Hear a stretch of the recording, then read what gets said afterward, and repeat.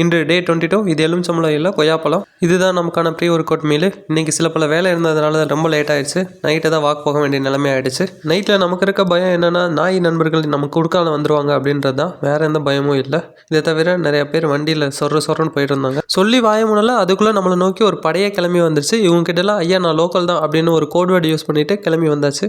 இன்று back and biceps workout தான் பண்ண போகிறோம். அதுக்கு சின்னதாக ஒரு ஸ்ட்ரெச் பண்ணிக்க போகிறோம். இந்த பிப்ரவரி 14க்கு எந்த ஆப்பை ஓப்பன் பண்ணாலும் எல்லாத்துலேயும் அதே தான் இருக்குது. ஸோ நம்ம அதை கண்டுக்காமல் நம்ம வேலையை மட்டும் பார்த்துட்டே இருக்க வேண்டியதான். பேக் ஒர்க் அவுட் பண்ணுற போது எந்த ஸ்ட்ரெச் பண்ணுறீங்களோ இல்லையோ இந்த 2 ஸ்ட்ரெச் மட்டும் பண்ணிக்கோங்க. அதுலேயும் முக்கியமாக இந்த கோப்ரா ஸ்ட்ரெச் தான். பேக்குக்கு முதல் ஒர்க் அவுட்டாக நம்மளோட குரங்கு வித்தை ஜஸ்ட் ஹேங்கிங் மட்டும் பண்ணிக்க போகிறோம். இது பண்ணாதாலே most of the lat muscle நல்லா ஸ்ட்ரென்தன் ஆகும். அதை தொடர்ந்து உங்களோட கையில் நல்லா ஸ்ட்ரென்த் இருக்குது நீங்கள் நினச்சிங்கன்னா மேலே போய் இந்த மாதிரி ஹோல்டு பண்ணி ஹேங் பண்ணுங்கள். இது ரெண்டுமே 3 செட் பண்ணணும். அப்புறம் நம்ம பாரம்பரிய ஒர்க் அவுட்டு புல் அப் தான். இத்தனை கவுண்ட் தான் கணக்கெலாம் இல்லை. எவ்வளோ கவுண்ட் பண்ண முடியுமோ அதை 3 செட்டாக பண்ணிக்கோங்க. புல் அப் பண்ண முடியாதுன்னு சொல்கிறவங்களுக்காக தான் இந்த ஹேங்கிங் ஒர்க் அவுட். இது முடிச்சோடனே ரிவர்ஸ் கிரிப்லேயும் அதே மாதிரி ஒரு சின்ன புல்லப் பண்ணிக்கோங்க.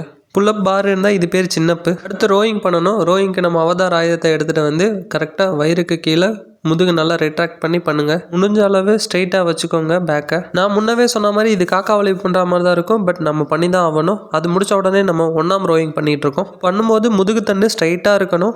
எல்போ ஃபோக்கஸ்டெலாம் வச்சு பண்ணணும். வெயிட் பத்தலன்னு நினைக்கிறவங்க எக்ஸ்ட்ரா வெயிட் வச்சு பண்ணிக்கோங்க. இது முடிச்சுட்டு பைசப் ஒர்க் அவுட் பண்ணிகிட்டு இருக்கோம். பைசப் வளரணும்னா ஸ்லோ அண்ட் ஸ்டெடியாக பண்ணணும். அப்புறம் எனக்கு எப்படி கோல்டு ஃபீவர்லாம் வந்துச்சு நான் கண்டுபிடிச்சிட்டேன். இந்த குளிர்காலத்தில் நான் பனானா சாப்பிட்டனால தான் எனக்கு அப்படி ஆச்சு. அதுக்கு பதிலாக தான் இன்றைக்கி ஒரு எக்ஸ்சேஞ்சாக நான் கொய்யாப்பழம் சாப்பிட்டேன். ஸோ நம்ம நார்மல் கால் முடிச்சுட்டு அப்படியே ஃப்ரண்ட்டில் ஹேமர் கால் பண்ணிக்கிறோம்.